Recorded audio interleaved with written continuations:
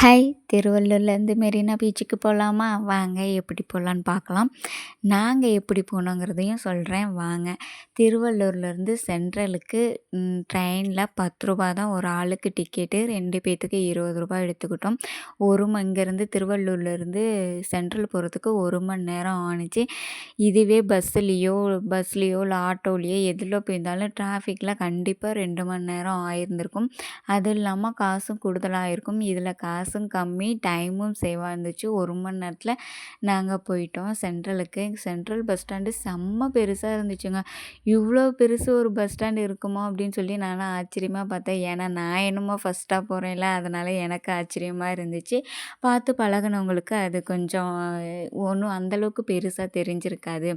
இங்கேருந்து இந்த ரோடை கிராஸ் பண்ணுறதுக்கு கூட லிஃப்ட் வச்சுருந்தாங்க. அடியிலேயே லிஃப்ட்டு போயிட்டு அடியிலேயே லிஃப்ட் வர மாதிரி லிஃப்ட்லாம் செட் பண்ணியிருந்தாங்க. அதெல்லாம் பார்க்கவே ரொம்ப புதுசாக இருந்துச்சுங்களா. அப்படியே பார்த்தா பச்சை பசேல்னு செம்மையான அரேஞ்ச்மெண்ட்டில் சூப்பராக ரெடி பண்ணியிருந்தாங்க. சூப்பராக இருந்துச்சு. எனக்கு ரொம்ப பிடிச்சிருந்துச்சு. இவ்வளோ பசுமையாக அப்புறம் கூடாரமாக வெயிட் பண்ணுறவங்களுக்கு கூடாரமாக வச்சு ஒரு வெயிட்டிங் லிஸ்ட் மாதிரி சீட்லாம் வச்சு செட் பண்ணியிருந்தாங்க. பார்க்கவே சூப்பராக இருந்துச்சு. அதுக்கப்புறம் இங்கே சென்ட்ரல்லேருந்து மெரினா பீச்சுக்கு போகிறதுக்கு ரூ. 100 ஆச்சுங்க. ஏன்னா நாங்கள் ஆட்டோவில் தான் போனோம். அங்கே வந்து பார்த்திங்க பஸ்ஸு வெயிட் பண்ணி பார்த்தோம் வரல. அதனால் சரின்னு ஆட்டோவில் போயிட்டோம். ஆட்டோவில் வந்து கிட்டத்தட்ட வந்து பார்த்திங்க அப்படின்னா அண்ணாவோட சமாதி, ஜெயலலிதா, எம்ஜிஆர் இவங்களோட சமாதிலாம் லைனாக பார்த்துக்கிட்டு அதுக்கப்புறம் மெரினா பீச்சுக்கு போய்க்கலாம் அப்படின்னு சொல்லிட்டு ஒன் பை ஒன்னாக பார்க்க ஆரம்பித்தோம். ஃபஸ்ட்டு ஜெயலலிதா அம்மாவோட சமாதியும் எம்ஜிஆரோட சமாதியும் பார்க்கலான்னு சொல்லிட்டு போனோம். என்ட்ரன்ஸ்லேயே இருக்க மாதிரி இருந்துச்சு. ஆனால் நடந்தோம் அப்படின்னா கிட்டத்தட்ட 1 கிலோமீட்டர் தூரம் கம்பல்சரி இருக்குங்க. நல்லா பீஸ்ஃபுல்லாக வரவங்களுக்கு நீட்டாக ஒரு என்ஜாய்மெண்ட் மாதிரி பண்ணிட்டு போகிற மாதிரி இருந்துச்சு. ஆனால் இவ்வளோ தூரம் நடந்து வந்து பார்த்துட்டு போகிறதுக்குள்ளே கை கால் வலிலாம் கண்டிப்பாக நீங்களாக உண்டாக்க வேணாம், தானாகவே வந்துருங்கிற மாதிரி இருந்துச்சு. அவங்கவுங்க சமாதியில் அவங்களோட ஸ்லோகன்ஸ் எழுதியிருந்தாங்க. ரொம்ப சூப்பராகவே இருந்துச்சு.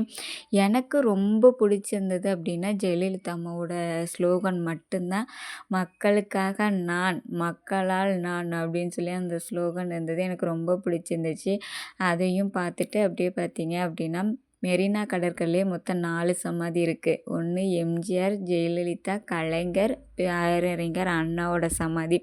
இவங்க 4 பேர்த்தோட சமாதியும் அப்படியே பார்த்துட்டு பேரறிஞர் அண்ணாவோட வரலாறு போடுற மாதிரி ஒரு ஸ்டார்டிங்லேருந்து எண்டிங் வரைக்கும் அவர் என்னென்ன பண்ணார் அப்படிங்கிறது, எவ்வளோ புக்கு எழுதியிருக்காரு, எந்தெந்த வருஷம் எழுதியிருக்காங்க அப்படின்னு சொல்லி எல்லாமே ஒரு ரூமில் ஸ்டார்டிங்லேருந்து எண்டிங் வரைக்கும் அவரோட இறந்தது, ஊர்வலம் போனது அப்படின்னு சொல்லிட்டு கிட்டத்தட்ட எல்லாமே ஒரு ரூமில் செட் பண்ணியிருந்தாங்க.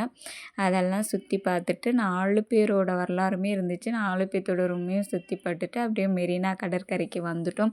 நிறைய கடைகள் இருக்குது. ஃபாஸ்ட் ஃபுட் கடை, வளைவல், சிப்பு இது மாதிரி நிறைய கடைகள் இருந்துச்சு. நாங்கள் மெயினாக அலைகளை பார்க்க வந்து மெரினா பீச்சில் கால் நனைக்க வந்தோம்னு சொல்லிட்டு ஃபஸ்ட்டு இதை பார்க்க வந்துட்டோம்.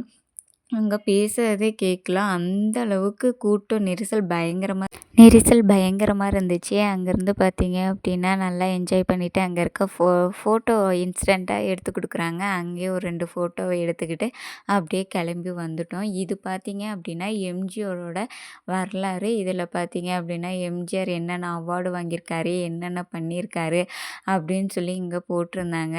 இதை என்னென்ன விழா நடத்துகிறப்போ இவங்களுக்கு எந்தெந்த அவார்டு கொடுத்தாங்கங்கிறதெல்லாம் போட்டிருந்தாங்க. Okay bye. நெக்ஸ்ட் ஒரு